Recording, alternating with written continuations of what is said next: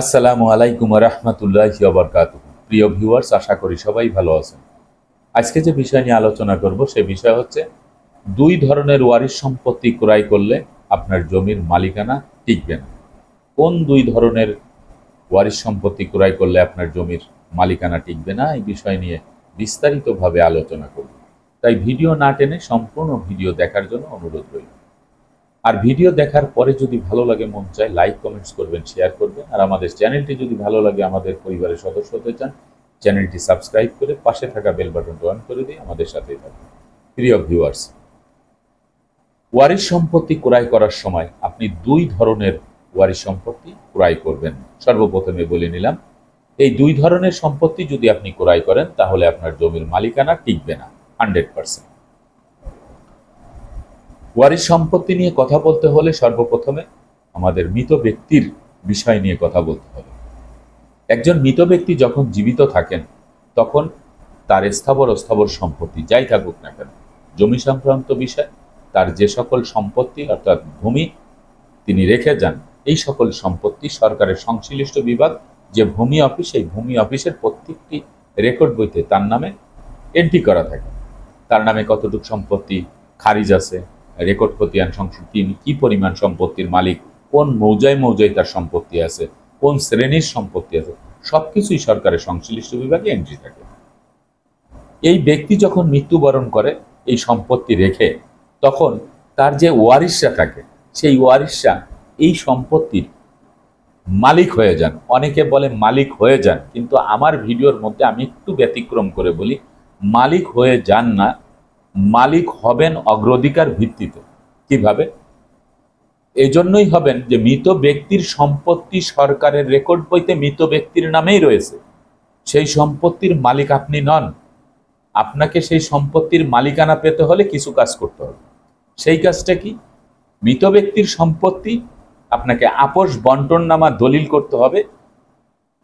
সকল ওয়ারিশে একত্রে বসে কে কোন জায়গা থেকে কতটুকু সম্পত্তি পেয়েছেন, ফারাইজ মোতাবেক, হিস্সা মোতাবেক সেই সম্পত্তি ভাগ করে একটি আপোষ বন্টননামা দলিল করে, তারপরে সেই দলিলের ভিত্তিতে আপনি ভূমি অফিস থেকে নামজারি করলে মৃত ব্যক্তির মূল জোতে অর্থাৎ রেকর্ড বইতে যেই পরিমাণ সম্পত্তি আছে সেখান থেকে আপনার আপোষ বন্টননামা দলিলে যেই দাগে আপনাকে যতটুকু সম্পত্তি দেওয়া হয়েছে, আপনারা সিদ্ধান্ত নিয়েছিলেন, সেই সিদ্ধান্ত মোতাবেক দলিল দেখে মৃত ব্যক্তির সম্পত্তি থেকে ওই পরিমাণ সম্পত্তি কর্তন করে আপনার নামে একটি খতিয়ান ওপেন করে দেবেন, যেটি খারিজ বা নামজারি খতিয়ান বা মিউটেশন খতিয়ান।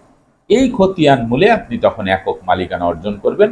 আপনি খাজনা দিলে আপনি জমা ভাগ করে আপনার নামে যতটুকু খাজনা অতটুকু দিয়ে দেবেন। আরেকটি পরিপত্র জারি হয়েছে, যদি আপনি আপোষ বন্টননামা দলিল না করতে চান তাহলে সকল ওয়ারিশরা মিলে দলগতভাবে আপনি জমা ভাগ না করে আপনি ভূমি অফিস থেকে নামজারি করে নিতে পারেন। তো এইভাবে আপনাদের নামে সম্পত্তি ট্রান্সফার হয়ে আসবে ভূমি অফিস। তখন আপনি কিন্তু জোর গলায় বলতে পারবেন যে এই সম্পত্তির মালিক আমি। এর আগে বলতে পারবেন না। মৃত ব্যক্তির নামেই সম্পত্তি, অফিস আদালতে সব জায়গায় আপনার সে মৃত ব্যক্তির নাম।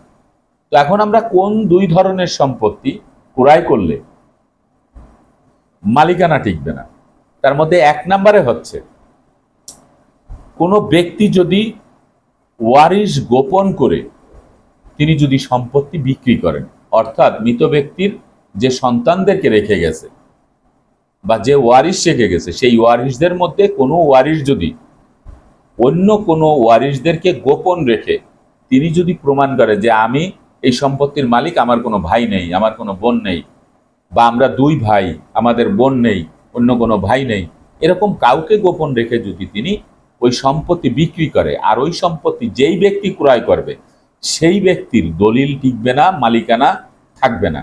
কারণ উত্তরাধিকার সূত্রে পাওয়া সম্পত্তিতে যে সকল ওয়ারিশরা সম্পত্তির মালিক, তারা যখন বঞ্চিত হয়ে যাবে, যখন দেখবে যে আমাদের সম্পত্তি আমার বড় ভাই বিক্রি করে দিয়েছে, তখন তারা কিন্তু আইনের আশ্রয় নেবে। আর আইনের আশ্রয় নিলে বিজ্ঞ আদালতে যখন একটি বাটোয়ারা মামলা দিবে, তখন কিন্তু ওই সম্পত্তি আদালত জাজমেন্ট দিয়ে দেবে ওয়ারিশের নামে। কারণ ওয়ারিশের সত্য তো ধ্বংস করতে পারবেন না, নষ্ট করতে পারবেন না, বিনষ্ট হবে না, সে আজীবন ওই সম্পত্তির মালিক। কারণ তার বাবার সম্পত্তি, আপনি যার কাছ থেকে ক্রয় করেছেন তিনিও বাবার সম্পত্তি বিক্রি করেছেন। তা এই জন্য যেই ব্যক্তি সম্পত্তি ক্রয় করবে তার সর্বপ্রথম ওয়ারিশ সম্পত্তি দেখতে হবে কাগজপত্রে, যে উনি যে কাগজপত্র দিছে আপনাকে দেখার জন্য যে আপনি সম্পত্তিটা ক্রয় করবেন, তার আগে তখন দেখতে হবে যে ওয়ারিশি সম্পত্তি। প্রথমেই আপনাকে ওয়ারিশ কায়েম সনদ নিতে হবে। এই ওয়ারিশ কায়েম সনদ নেওয়ার পরে আপনার ওই এলাকায় একটু সার্চিং দিতে হবে, মানুষের জিজ্ঞাসা করতে হবে যারা তাদেরকে চেনে যে এই যে সম্পত্তিটি আমি কিনতে চাচ্ছি, এই সম্পত্তিতে ওয়ারিশ কায়েম সনদের মধ্যে 4 জন ওয়ারিশ আছে, এর বাইরে কি কোনো ওয়ারিশ আছে কি? তখন তারা বলে দিবে যে না, নেই। এখন কথা হচ্ছে, তাহলে ইউনিয়ন পরিষদের চেয়ারম্যান ওয়ারিশ কায়েম সনদ দিছে।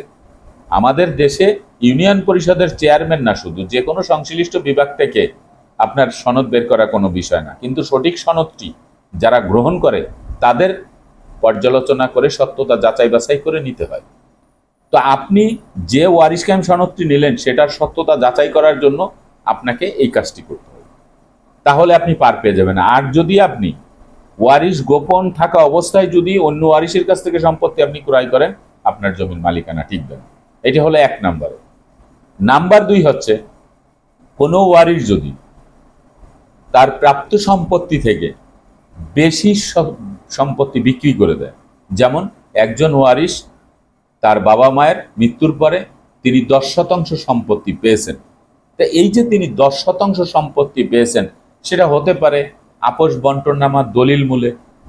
আপোষ বন্টননামার দলিল যদি না হয়ে থাকে, জমা ভাগ করে না করে থাকে, যদি তারা জমা ভাগ না করে যদি যৌথভাবে নামজারি করে থাকে, অথবা কোনো কিছুই হয় নাই, বাবার মৃত্যুর পরে সম্পত্তি ভাগ হয় নাই, সেই সম্পত্তি যদি অ্যাভারেজ হিসাব করে তাহলে তিনি 10% সম্পত্তি পাবেন।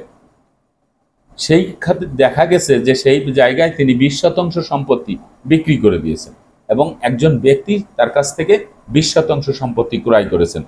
যিনি গ্রহীতা তিনি কখনোই যাচাই বাছাই করেননি যে আমি যে 20% সম্পত্তি এই ব্যক্তির কাছ থেকে ক্রয় করতেছি, এই ব্যক্তি কি 20% সম্পত্তি বিক্রয় করার অধিকার রাখেন কিনা, তার কি এই 20% সম্পত্তির মালিক কিনা তিনি, এই বিষয়টা তিনি যাচাই বাছাই করেন না। যাচাই বাছাই না করে যদি এই প্রাপ্ত সম্পত্তি থেকে বেশি সম্পত্তি ক্রয় করেন আর যিনি বিক্রয় করেছেন তিনি বিক্রয় করেন, তাহলে এই ক্রয়কৃত সম্পত্তির যিনি মালিক তার জমির মালিকানা টিকবে না। কারণ হচ্ছে এই যে 2 ধরনের সম্পত্তি বেচা কেনা হওয়ার পরে যেই ওয়ারিশরা বঞ্চিত হবে তারা তো বসে থাকবে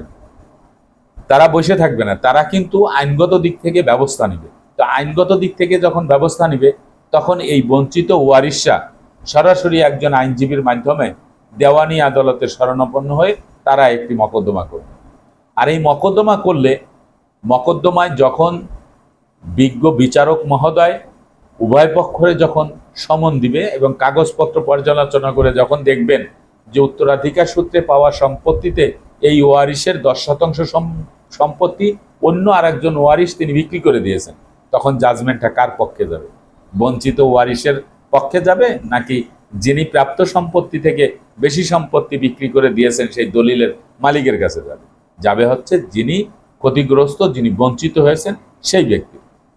তো জাজমেন্ট যখন তার পক্ষে চলে আসবে তখন কিন্তু ওই ব্যক্তির সম্পত্তির মালিকানা তিনি কিন্তু চলে যাবেন। এই জন্য এই 2 ধরনের যে সম্পত্তি আপনারা ক্রয় করার সময় ওয়ারিশ, বিশেষ করে ওয়ারিশি সম্পত্তি, এই 2 ধরনের সম্পত্তি ক্রয় করার সময় অন্তত পক্ষে আপনারা এই ওয়ারিশ কায়েম সনদ এবং এলাকায় একটু খোঁজ খবর নিয়ে দেখবেন যে তিনি যার কাছ থেকে সম্পত্তি ক্রয় করতেছেন তিনি কতটুকু সম্পত্তি বিক্রয় করার অধিকার রাখেন এবং তিনি কতটুকু সম্পত্তি পেয়েছেন।